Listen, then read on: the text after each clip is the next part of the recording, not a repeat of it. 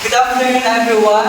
I'm your first discussant for today's topic, and my topic is all about student diversity. I have a question. What comes to your mind if you encounter the word student diversity? Anyone? Yes. Yes, that's right. So, let's see if ano talaga yung real definition ng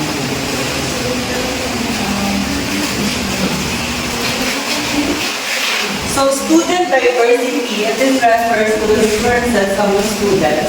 Teachers can help students feel valued and respected by promoting cultural awareness in the classroom, which is a degree of understanding of people from various backgrounds.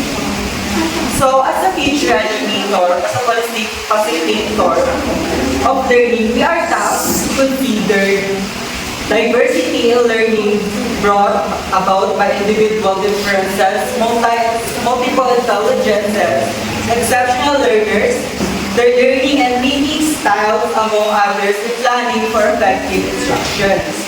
Teachers might see this diversity as a difficult predicament. It is really hassle. Yet, a more reflective teacher may see a diverse classroom as an exciting place to learn, not just for students, but us for ourselves.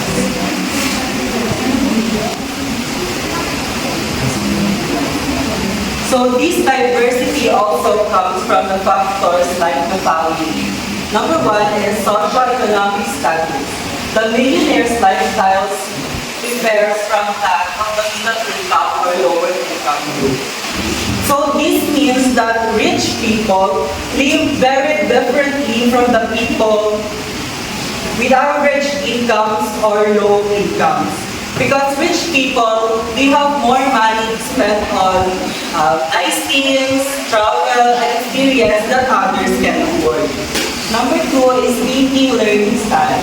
Some of you learn better by seeing something, others by just listening, still others by manipulating something. So this means that people learn in different ways. Some people learn their best by seeing something, others just listening, and others just touching. So number three is exceptionality. In class, there may be one who has difficulty in spoken language, comprehension, or in theory. So, exceptionality refers to the student with special needs, like difficulty understanding language, seeing, or hearing. These differences make them unique in the classroom. So this will enhance the self-awareness. Number one is student diversity contributes to cognitive development. The opportunity to gain access to the perspectives of peers and to learn from their students rather than instructor may be especially important for promoting the cognitive development for learners. So this statement is saying that having students from different background and experience in a classroom is good for they how to learn and think. So it suggests that students learn better when they hear their classmates' ideas. This helps them develop their learning skills more fully. So number two is student diversity prepares learners for their role as responsible members of society. Suzanne Morse highlights the importance of imagining situations for diverse perspectives, arguing that the classroom can be placed for practicing community and learning beyond lectures. So Suzanne Moore says it's important to think about things from different point of view. Every student in the classroom. She believes that classrooms should be the places where we learn by doing things together and not just listening to them. And she is absolutely right. We future educators should foster a nurturing environment where they can learn and grow and feel secure at the same time. We should also teach them the values like respect because in the classroom we are diverse. As a teacher, I should focus on putting respect because I believe that respect is more important regardless of our background. It's a fundamental aspect in forming and maintaining a meaningful connection. Number 3 is student diversity can promote harmony. Integrating student diversity in the classroom can foster harmonious race relations, student-centered teaching strategies encourage diverse students to collaborate on learning tasks, emphasizing unity while celebrating their diverse backgrounds. So, bringing together students from different backgrounds in the classroom can create a more peaceful and understanding environment. By working together projects, students learn to value each other's unique experiences.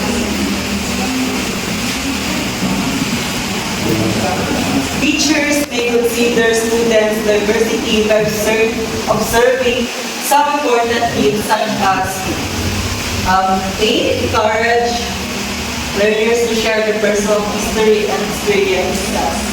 They integrate learning experience in activities which promote students' multicultural and cross-cultural awareness.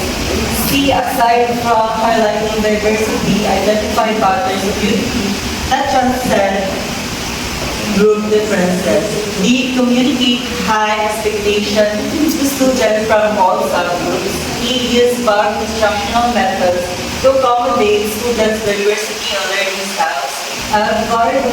Examples used to illustrate concepts in order to provide multiple contexts that are relevant to students from diverse background. GVARD example used to illustrate concepts in order to provide multiple contexts that are relevant to students from diverse backgrounds. And diversify your methods of assessing and evaluating students. I purposely, from small discussion groups of students from diverse backgrounds, transform groups of students with different learning styles, different cultural backgrounds. So let's move to the learning and teaching styles. Learning and teaching styles refer to the preferred way an individual processes information. They describe a person's typical mode of thinking, remembering, or valuing something. Furthermore, styles are usually considered to be bipolar dimensions. So, the learning and teaching styles is information processing styles describe how individuals think, remember, and solve problems. These styles are often seen as opposing pairs like visual versus auditory. So sensory preferences. Visual learners. These learners must see their teaching actions and facial expressions to fully understand the content of the lesson. So, visual economy.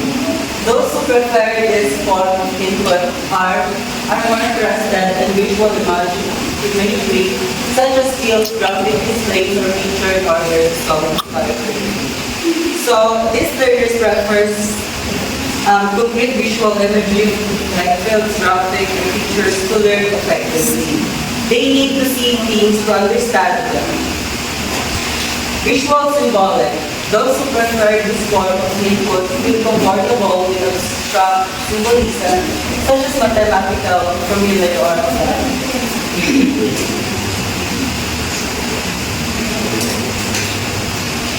auditory learners, they learn best through verbal lectures, discussion, talk to things through listening to what others say.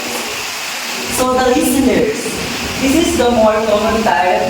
Listeners must likely do what is school after school too. They remember things said to them and make information their. So the listeners excel in school and beyond. They retain information while listening and processing what others say. So the talkers, they are the ones who prefer to talk and discuss. They often find themselves talking to those around them. To the talkers, learners prefer to talk and discuss ideas. They often find themselves engaging in conversation with each other. So the tactile kinesthetic learners, the last one, tactile kinesthetic persons benefit much from hands-on approach, actively exploring physical environment. They might find it hard to see skill. So the tactile kinesthetic learners, also known as hands-on learners, learn best by doing it first, experiencing things physically. Benefit from activities that involve movement, touching, and manipulating others. They might struggle to sit still of extended periods because they need to physically engage to learn effectively. And that's all. My part. Wala na pindot.